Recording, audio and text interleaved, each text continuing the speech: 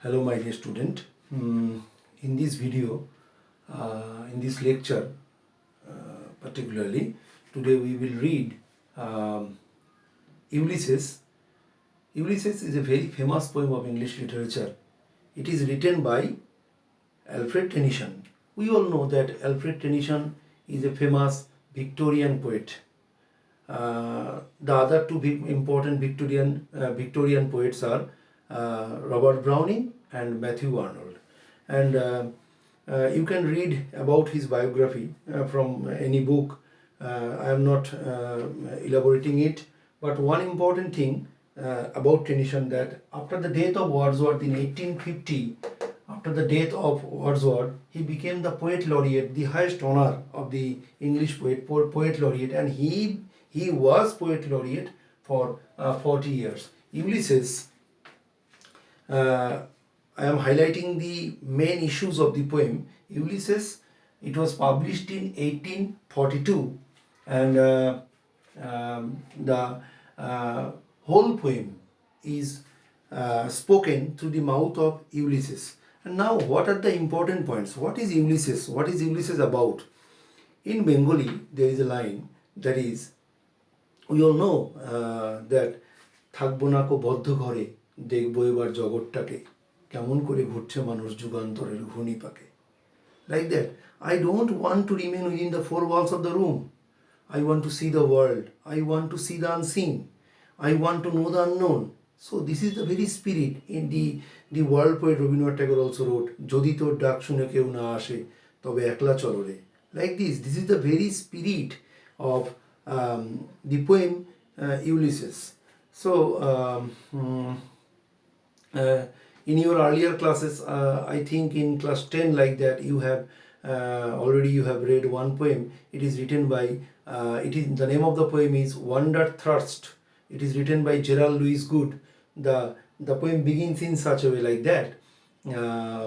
Beyond the east the sunrise, beyond the west the sea, the east and west the wanderthirst that will not let me be. It works in me like madness. So wanderthirst, to see the unseen, to know the unknown, is like a madness. So the poem Ulysses is also deals with this theme.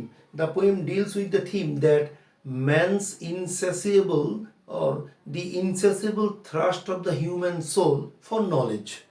Insatiable thirst of the human soul for knowledge. This is the very spirit or theme of the poem. So how we are going to read the text? So if we see or look into the text very closely, there are the poem deals with these four aspects. The first one is the present life of Ulysses. If you see the present life of Ulysses, at present Ulysses, I have forgotten one thing, that is, Tennyson took the idea of the voyage from Dante's Inferno, 26th canto of Dante's Inferno, and modeled his hero on Homer's Odyssey. So these are the source of the poem, that Dante's Inferno and Homer's Odyssey. Now come to the text. So what is the present life of Ulysses? At present, Ulysses is very unhappy. His present life is meaningless. His present life is dull. His present life is full of inactivity. Why? Because he is a king, and he is not ready to accept the life of a very idle king, that he will sit on the throne, he will rule over the kingdom, he will live with his wife, he will pass his days with pleasure, with rest, with happiness. No, he is not that kind of man. He wants to, I have told you earlier, he wants to know the unknown, and he wants to see the unseen. So the poem begins like this: it little profits that an idle king by the still hearth among these barren crags. Barren crags means it's Ithaca, rocky island, Ithaca. So Ulysses is the king of Ithaca. So in the very first line, he hits the main point, that it little profits. So he is not happy. We can, the line tells us, we can easily understand that the king Ulysses is not happy with this kind of life. So after 3 or 4 lines he has said, I cannot rest from travel. That is the past life of, so this is the past life of Ulysses. So present life, Ulysses is not happy, but in past life, what is? I cannot rest from travel. I will drink life to the least. So this is the main important line of the poem. I cannot rest from travel. I cannot, life without traveling, life minus traveling is no life at all. It is not a life to Ulysses. Life means full of activity. Life means ceaseless pursuit for knowledge. Life means continuous struggle for knowledge. Life means insatiable thirst for knowledge. So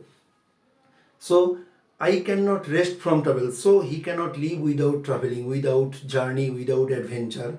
And he says that I will drink life to the least. So the poet, so Ulysses here wants to say that life, if we compare in the poem, life has been compared to a cup, and Ulysses is saying that he will drink the wine of life to the dregs, that he will drink the wine of life fully.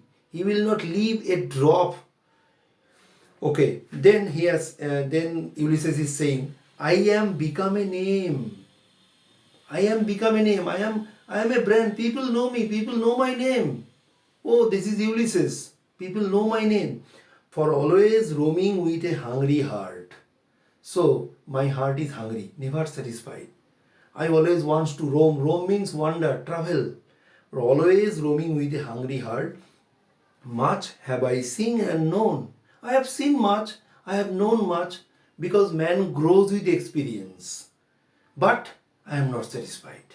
I have seen much, I have known much, but I am not satisfied. Okay.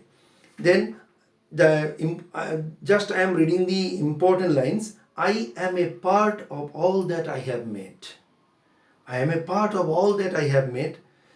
And Ulysses is not ready to accept, that is, retirement, to accept his old age. He says, how dull it is to pause. He says, it is very dull to pause. Why? To make an end, to rust unvarnished, not to shiny news. So, what he wants to do? What is his desire? He wants to follow knowledge like a sinking star. He wants to follow knowledge like a sinking star. So in this way, we have finished his present life, his past life. Now, Ulysses is telling about his son Telemachus. How? This is my son, mine own Telemachus. To whom? So Ulysses is very proud of his son, because Telemachus is a very responsible son. Telemachus is very dutiful. Telemachus is very obedient. Telemachus is very prudent. He can handle everything. He can handle his kingdom. He can handle his household duties. He can handle his mother.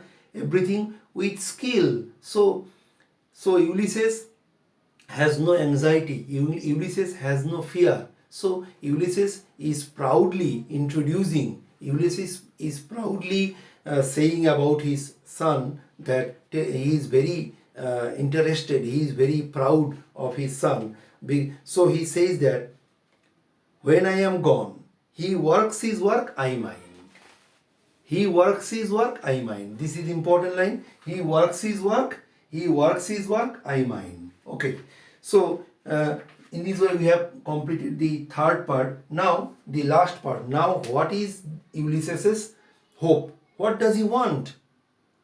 He is old. It is true. He is accepting this reality that he is old, and he is accepting that he will live at least or more 3 years. So in the last part of the poem, let me read it. There lies the port. There lies the port. The vessel puffs her sail. There gloom the dark broad sea. My mariner. So he is invoking, he is inviting, he is calling his mariners, he is calling his companion, he is calling his comrades. Come, You and I are old. Now here Ulysses is accepting his old age. Accepting, he is not denying, he is not rejecting. He is not rejecting the reality that he is old. It's okay, he is old, we are old. So you and I are old. He is telling his mariners that you and I are old. Old age hath his honor and his toil. Death closes all. Nobody can escape from the hand of death. Nobody can run away from the hand of death. Death will come and take us. It is true. It is reality. But something are the end. But we want to do something before the end. This is the very spirit. So he is again saying, come my friends. He is calling his comrades. He is calling his mariners, sailors. Come my friend. It is not too late to seek a newer world. It is not too late. So we will again start another journey. So there are two possibilities. One possibility is that in that journey a big wave will wash them down, may wash them down, or they may die, or they may reach the happy isles where the great Greek hero Achilles went. So this is his dream. So his dream, his hope, and his present hope and dream is like that. He will not stay, he will not leave the life of idle king. He will again start another voyage. He will again live, he wants to live the life of adventure. So, and he is again saying that the last but one line, made weak by time and fate. It is true, my dear friends, my dear mariner, it is true that you and I are old, we are weak. Before many years when we are young, we had much strength, much stamina, but now it is true that we have lost much strength. We don't possess that kind of strength, it is true. But what? Strong in will. Our willpower is very strong, our determination is very strong. So, to strive, to seek, to find, and not to yield. This is an example of climax. So, to strive, to seek, to find, and not to yield. Our journey will go on till the end. And we will strive. So, there are 4 verbs in the last line. We will strive, to seek, to find, and not to yield. What is the meaning of yield? Yield means surrender, yield means give in. So we will not surrender. So this is all about the poem. This is all about the poem. So what are the most important lines of the poem? I cannot rest from travel, I will drink life to the lees, for always roaming with a hungry heart, to follow knowledge with like a sinking star, death closes all, then come my friends, it is not too late to seek a newer world. Now towards the end of this lecture, I want to highlight some important points of the poem, just very briefly. That is, we in this poem we find some autobiographical note in the poem. What is the autobiographical note? Actually,